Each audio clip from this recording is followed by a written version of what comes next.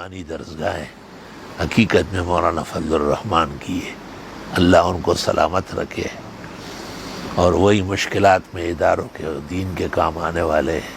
وہ ایک بڑے فقیہ باپ اور کائنات کو علم اور برہان سے فتح کرنے والے انسان کے جانشین ہیں، اس لیے ہم سب پر ان کا حق ہے کہ ہم ان کی رضا اور خوشی کا خیال رکھیں، جہاں تک ہو سکیں گے کریں گے انشاءاللہ۔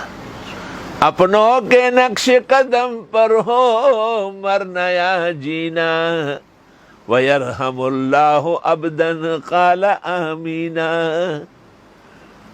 مجھے ایک بہت بڑے آدمی نے کہا کہ آپ نہیں، عمران خان آپ سے ملنا چاہتے ہیں۔ میں نے کہا میں پھر بھی نہیں مل سکوں گا۔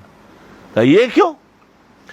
میں نے کہا یہ دینی ادارے دیوبندیوں کے حقیقت میں مولانا مفتی محمود، مولانا مجسم بنوری، شیخ الاسلام حضرت مدنی، امام الحسن انور شاہ کشمیری، حکیم الامت مولانا اشرف علی، مفتی اعظم ہند مولانا کفایت اللہ، اور پاکستان کے بانی و متکلم و شیخ الاسلام مولانا شبیر احمد عثمانی کے ہیں، اور ان کا اصل جانشین اس وقت روئے زمین پر مولانا فضل الرحمان ہے۔ اللہ ان کو سلامت رکھے، ہر حاسد اور شریر سے، اپنے و پراؤں کے فتنوں سے اللہ بچائے، اور ہمیں بھی۔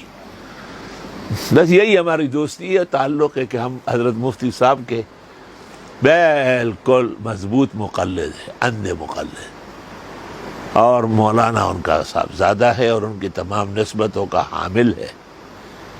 الولد سر لأبیہ کا صحیح مصداق ہے۔ روحانی درسگاہیں